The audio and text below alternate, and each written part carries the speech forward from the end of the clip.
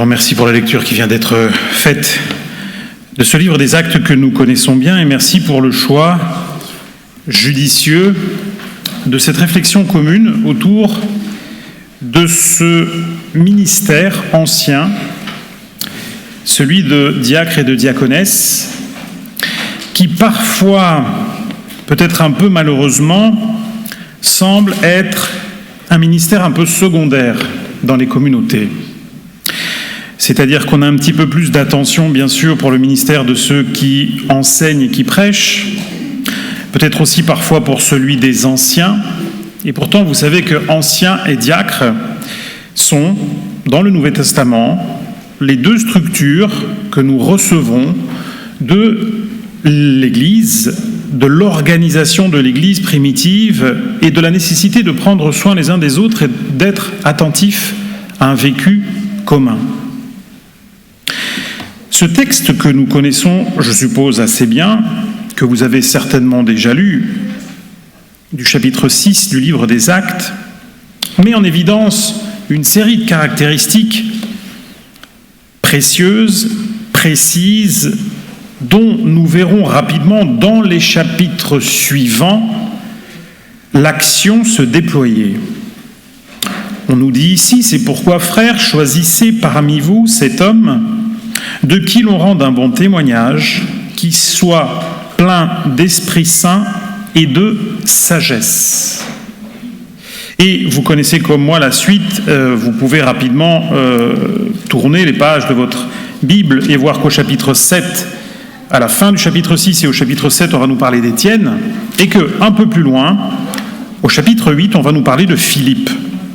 Or, les deux situations qui nous sont ici décrites n'ont pas grand-chose à voir avec l'introduction du chapitre 6, mais nous allons y revenir. Étienne, vous connaissez les détails de son arrestation, de son discours, de ce témoignage puissant, complet dans le livre des Actes, et donc vous imaginez l'importance que Luc, qui écrit le livre des Actes, donne à ce discours qu'il a voulu retrouver. Et vous savez que, suite à ce discours, eh bien, Étienne sera lapidé. Ce discours n'est pas n'importe quel discours. Prenons simplement une petite minute. Pour ceux qui aiment à étudier la compréhension de l'Église adventiste des prophéties, vous savez que ce texte est un texte important et précieux dans notre compréhension des prophéties, parce qu'il marque un terme à l'élection exclusive du peuple d'Israël, et il ouvre un temps d'ouverture pleinement à l'Église. Ici, ce discours va de façon précise reprendre l'histoire du peuple d'Israël et tous les moments où l'autorité, les responsables, les rois et d'autres ont rejeté les prophètes et rejeté le projet de Dieu. Et donc la nécessité, suite à ce discours, d'ouvrir ce projet à toutes les nations. Premier exemple de cette ouverture, Philippe.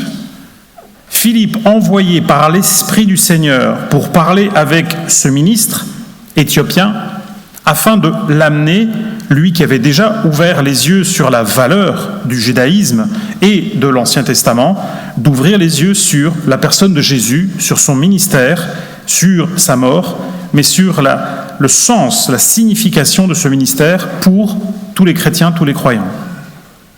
Donc vous voyez immédiatement que Luc nous donne une introduction sur le ministère des diacres et des diaconesses, mais qu'il ouvre ce ministère en nous disant immédiatement, en témoignant de ce qui s'est vécu, en nous disant, eh bien ces ministères vont beaucoup plus loin que peut-être simplement l'habitude qu'on a de se dire, on a une diaconesse qui nous dit merci et qui nous accueille le sabbat matin, on les voit qu'avec les diacres, ils s'occupent et ils organisent bien la Sainte Seine, ils sont attentifs à notre vécu ensemble, et peut-être toute une partie de leur ministère et de la façon dont Dieu veut nous, mais les utiliser aussi, eh bien nous pouvons peut-être l'oublier ou ne pas lui donner toute l'attention. Et vous savez souvent que, pour avoir visité pas mal d'églises, nos diacres et nos diaconesses n'ont d'autorité que celle que nous leur donnons.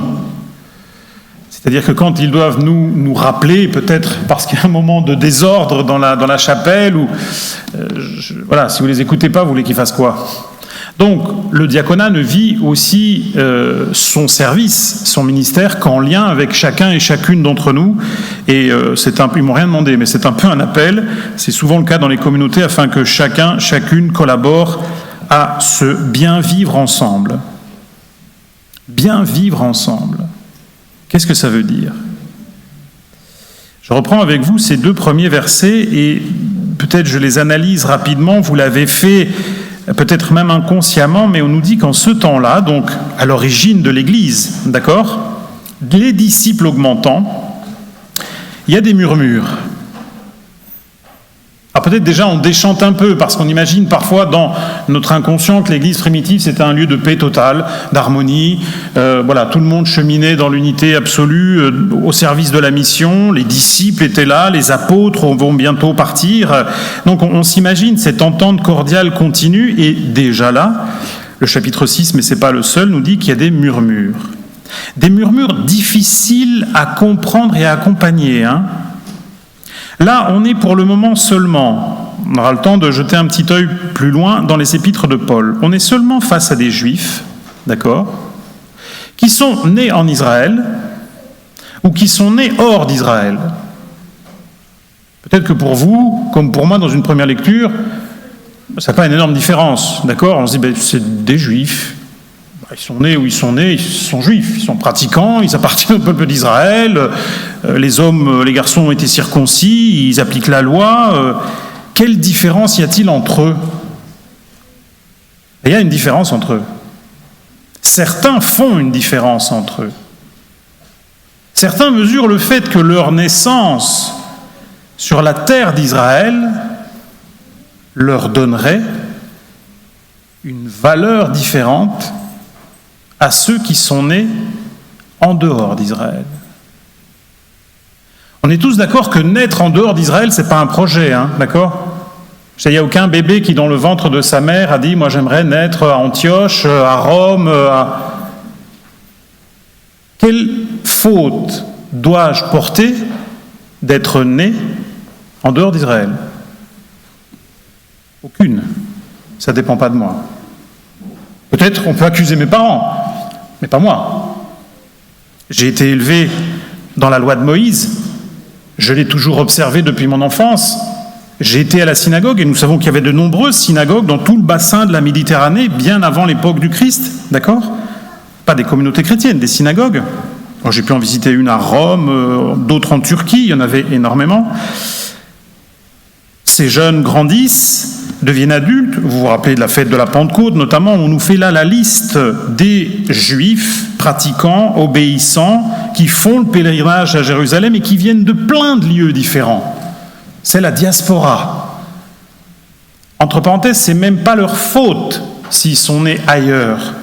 Vous savez que le peuple juif a été persécuté, que parfois des populations ont été déportées, et donc ils sont nés dans un autre pays parce qu'on les a déplacés contre leur gré dans un autre pays.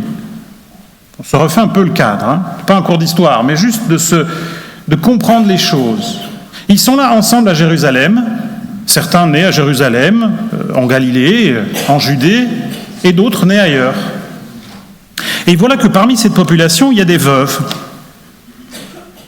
Et qu'il y a donc des temps, qu'on aura peut-être ce midi, comme vous les avez régulièrement, des temps où on mange ensemble, ou des temps dans lesquels l'Église prend soin des plus fragiles et offre un soutien, nourrit au sein de la communauté les plus fragiles.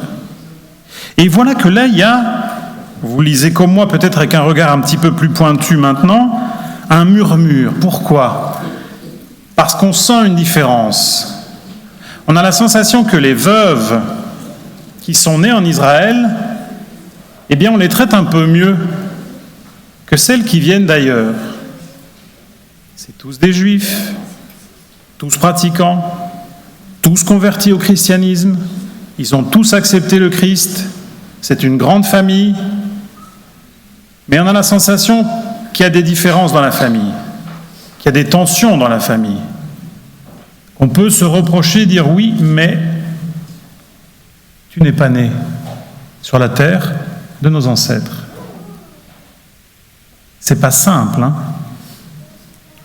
C'est pas simple ce genre de dissension et de murmure parce que vous ne pouvez pas accuser quelqu'un de quelque chose de précis. Encore une fois, on est d'accord, on ne va pas l'accuser de son lieu de naissance.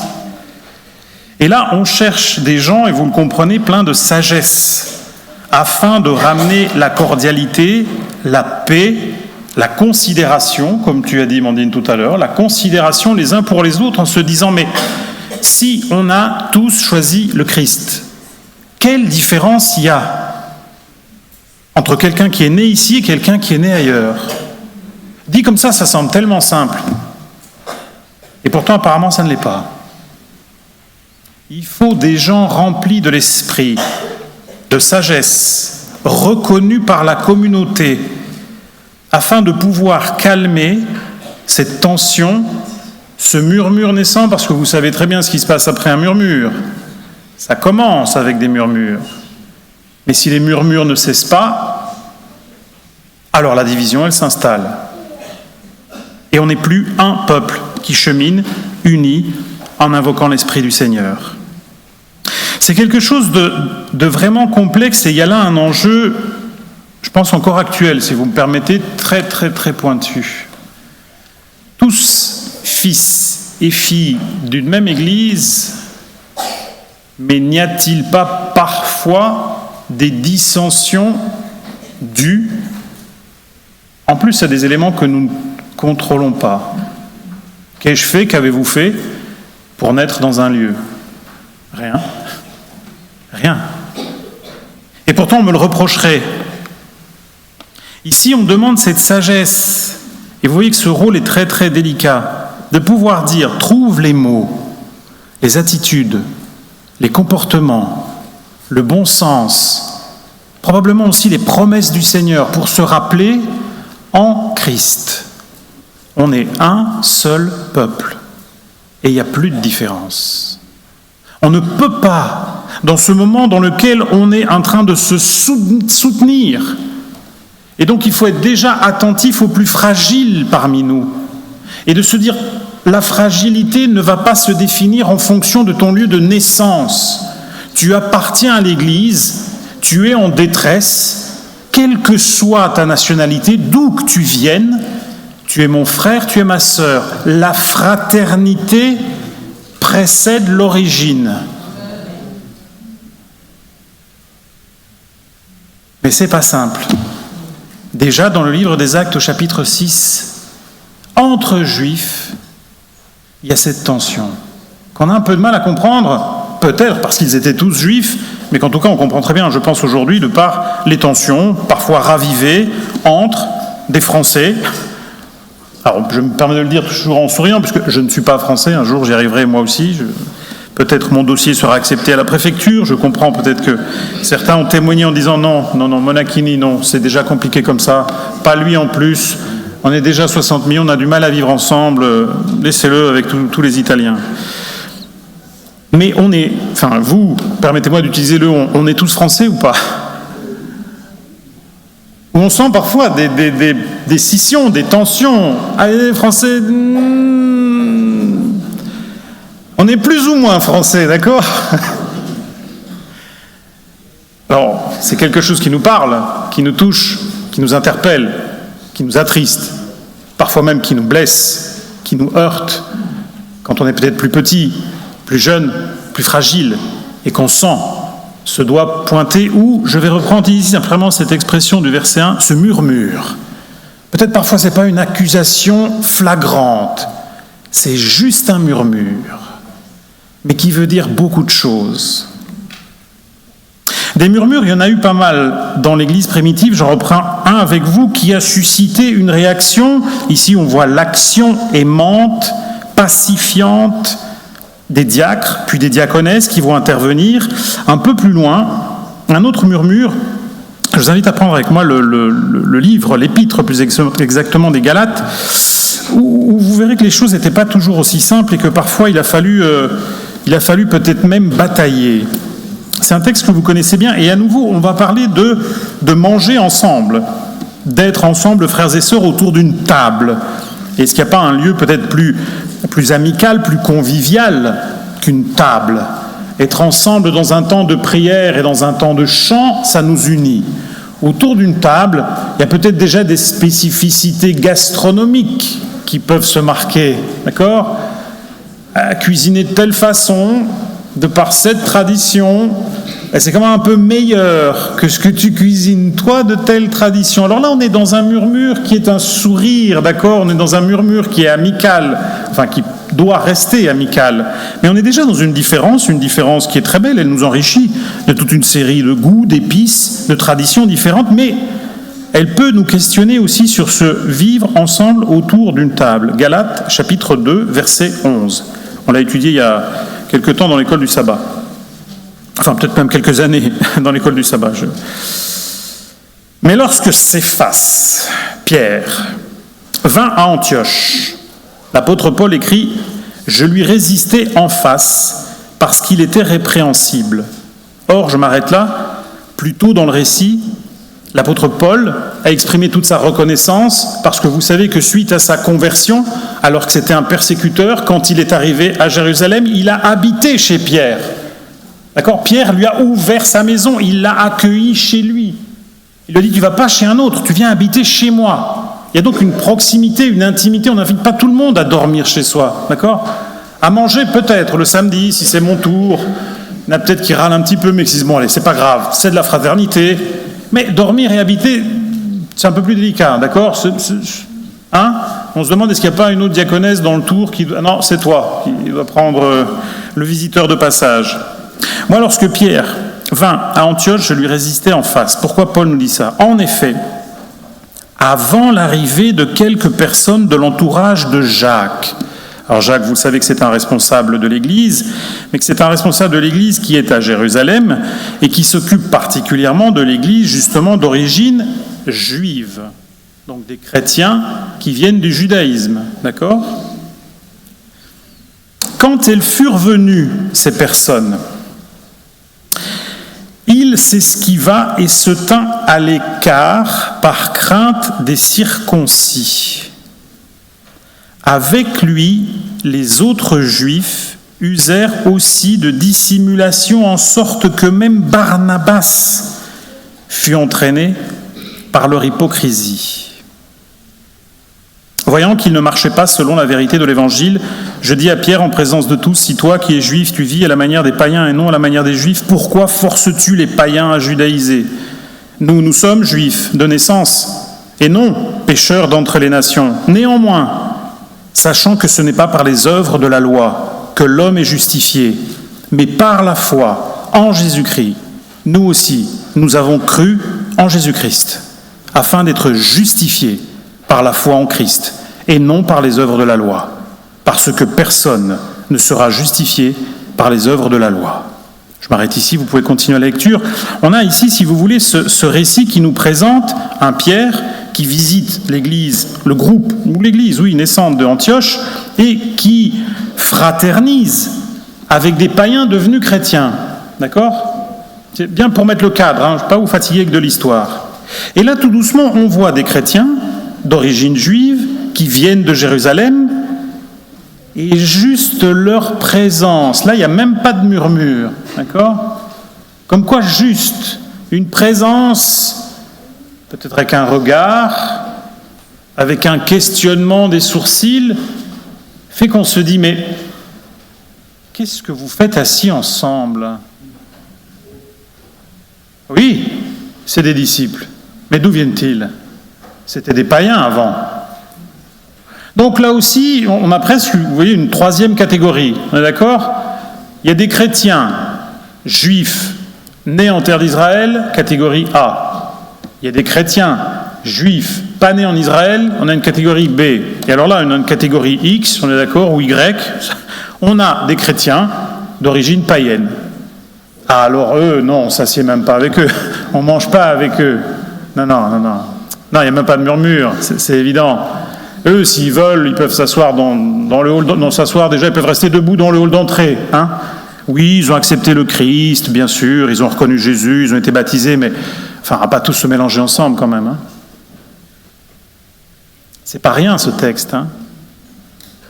Paul qui se lève et qui publiquement à Pierre, doit le reprendre pour ce comportement qui, s'il s'installe dans l'Église, une majorité d'historiens adventistes et non adventistes nous disent et commentent ce texte en disant que là, vous pouvez avoir la fin de l'Église. Parce que là, on n'est plus Église. Là, on n'est plus le peuple de Dieu. Là, on est plusieurs peuples de Dieu qui ont une forme de voisinage et de vague collaboration. Il n'y a plus de fraternité. Il n'y a plus d'unité. Les diacres et les diaconesses ont été pensés pour poser, dès le départ, un remède dans leur présence, dans leur affection, dans leur service, dans leur attention, aux plus simples, aux plus fragiles, à ceux qui passent, qui viennent, qui entrent, afin qu'ils se sentent accueillis, afin qu'on puisse leur dire ici, c'est chez vous. Asseyez-vous, vous êtes les bienvenus, on va cheminer ensemble. On va accueillir le Seigneur ensemble. On va laisser son esprit faire son travail dans notre cœur. Pierre doit s'opposer publiquement à Paul. C'est l'inverse, vous m'avez suivi. Paul s'exprime et résiste publiquement à Pierre parce que Pierre, d'origine juive bien évidemment, a eu cet ancien souvenir de son judaïsme qui doit tourner la page, manger avec des païens. Pour ceux qui ont peut-être des collègues ou des amis juifs, vous le savez, avec un juif orthodoxe, c'est très compliqué de l'inviter à manger à la maison. En général, il refusera de venir manger chez vous. Il acceptera certainement de vous accueillir s'il y a ce lien d'amitié. Mais vous savez qu'il y a tout un protocole très précis sur la cuisine afin que des aliments soient déclarés purs ou impurs. Et donc même si vous pouvez l'assurer et lui dire « Non, mais nous non plus, on ne mange pas de porc, on ne mange pas d'animaux bizarres qui traînent dans le fond des mers, tu peux venir tranquillement », ce n'est pas suffisant.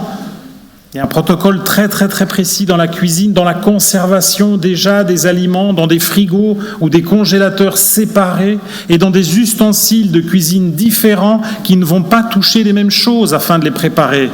Donc c'est très complexe de pouvoir dire « je t'invite » en ayant suivi toutes les règles de la cachère, du cacheroute. Ici, c'est cela dont on parle. C'est de se dire, je mange avec des païens, oui, qui ont accepté le Christ, mais leur origine fait qu'ils sont quand même porteurs d'impureté. Et donc il y a du pur et de l'impur qui se rencontrent.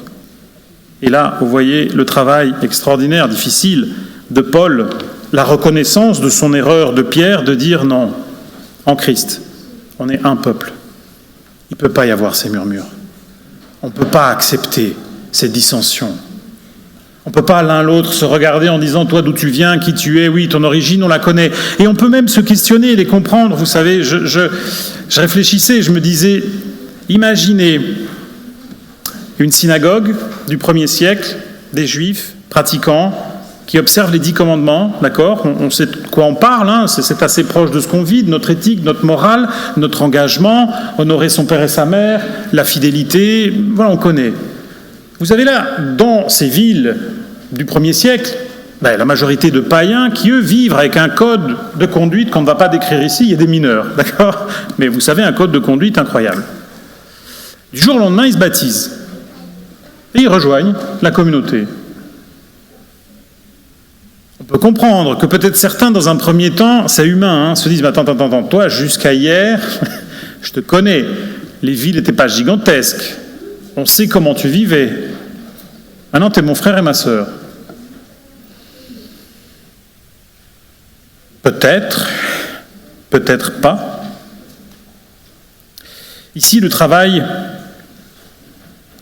complexe, sensible, attentif, qui demande la présence de l'Esprit Saint, de cette sagesse et du soutien de la communauté, du consensus dans la communauté, des prières de la communauté, est confié aux diacres, aux diaconesses. Bien sûr, ils visitent les plus fragiles, les malades, parfois avec les anciens, parfois avec le pasteur. Vous connaissez le fonctionnement de notre Église. C'est un bienfait de savoir que nous prenons soin les uns des autres. Alors on ne leur relègue pas des fonctions. On est content de pouvoir collaborer avec eux, de prier avec eux, de visiter avec eux, peut-être de se former à une visite de qualité. Mais tout au départ, ils ont été pensés comme des hommes, des femmes qui prennent soin de la communauté dans ces moments les plus sensibles, où des questions profondes peuvent animer les uns et les autres et où peut-être simplement des murmures commencent. C'est intéressant de se dire, on vous confie le ministère du murmure. Quand vous sentez ces murmures, quand vous voyez cette dissension, quand vous sentez le manque d'unité, quand vous sentez le peuple de Dieu divisé, fragilisé, on compte sur votre sagesse, sur le soutien de l'Esprit Saint, sur le bon témoignage que vous avez rendu parce qu'on vous a déjà reconnu dans le passé comme des femmes, comme des hommes de paix. Il y en a certains qui ont cette capacité un peu à jeter le trouble. Certains s'enflamment rapidement parfois et on se dit, voilà, c'est des gens bouillants, on va faire en cliché, mais on a des apôtres Paul parmi nous, d'accord ? C'est des bouillants. Ils sont bouillants pour l'évangile, ils sont bouillants pour la parole de Dieu. Quand on se rencontre l'après-midi ou quand ils sont dans un comité, ils sont passionnés. Et cette passion est nécessaire. D'autre côté, on a aussi des gens, J-E-A-N, le disciple, beaucoup plus réservés, beaucoup plus doux, beaucoup plus réfléchis. Vous vous rappelez cette description magnifique, ce disciple qui pose sa tête sur l'épaule du Christ. Pierre, il n'a pas le temps de poser sa tête sur l'épaule du Christ, d'accord ?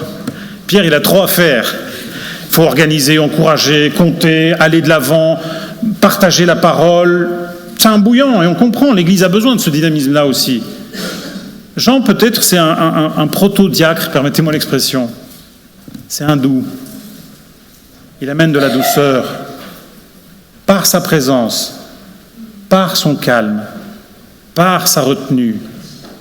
Il amène les conditions à poser un dialogue qui déconstruit la tension et probablement une réflexion où on peut s'interroger les uns les autres et se dire mais pourquoi cette différence ? Parce qu'ils ne sont pas nés en Israël ? Et alors ? Tu penses que le Christ ne serait pas mort pour eux ? N'aurait pas donné sa vie ? Ne se serait pas laissé volontairement crucifier ? Dans ce texte, je retrouve un écho de ce magnifique verset de la Genèse qui m'interpelle, celui où le Seigneur dit « Faisons l'homme à notre image ». Déjà dans le judaïsme ancien, on a ce commentaire, vous savez probablement, vous l'aviez déjà lu, que le terme « homme » n'est pas le mot, alors je ne suis pas de cours d'hébreu, je ne peux pas me lancer là-dedans, Lucas serait bien meilleur que moi. Donc on a le mot « ish », homme, et on a le mot « adama », d'accord ? Le mot plutôt « humanité », qui est un terme très ancien, qui parle de notre humanité, de l'humanité comme une race, d'accord ? De l'humanité aussi comme un projet de Dieu, pas juste comme une race, mais comme un projet, comme une créature, une création à part, que le Seigneur touche. Vous vous rappelez ? Il appelle les autres formes de vie par sa parole, il nous fait, il nous touche, il nous pétrit. Il y a un lien profond, intime. Le texte de la Genèse dit « Faisons humanité ». Oui, l'homme, la femme, mais l'homme et la femme porteurs de quoi ? Spécialistes en pollution, en guerre, en inimitié ? Non. L'homme et la femme à l'image de Dieu, à la ressemblance de Dieu, dans la générosité, dans la passion, la cordialité, l'affection, le soin et le souci l'un pour l'autre et pour toute la création. Dans le judaïsme ancien, cet ordre de Dieu de faire l'homme à son image nous appelle à être à son image, c'est-à-dire à là où nous sommes, à faire humanité, à reconnaître dans chacun et chacune une créature de Dieu, même si cette autre créature ne le reconnaît pas, le rejette ou le renie. Une église où, d'un commun accord avec ceux qui sont au service, diacres, diaconesses, mais aussi d'autres et nombreux responsables, coordinateurs, vivre ce projet d'unité, d'humanité, de compassion, de service rendu, de souci pour celles qui sont, comme le dit le livre des Actes au chapitre 6, qui ont besoin de soutien, qui sont fragilisées par la vie, par les événements, par la solitude, par un décès, par un deuil. Être proche de l'autre dans sa souffrance, être proche de l'autre, quelle que soit son origine. Faire peuple, humanité, Église, ensemble. Je ne veux pas que mes propos aient simplement de la gravité. Je prends avec vous un texte que j'ai découvert il n'y a pas très longtemps, qui m'a beaucoup interpellé, Galates au chapitre 3 au verset 11. Et chacun d'entre vous y mettra ce qu'il a envie d'imaginer, d'accord ? Galates chapitre 3. Excusez-moi, c'est Colossiens.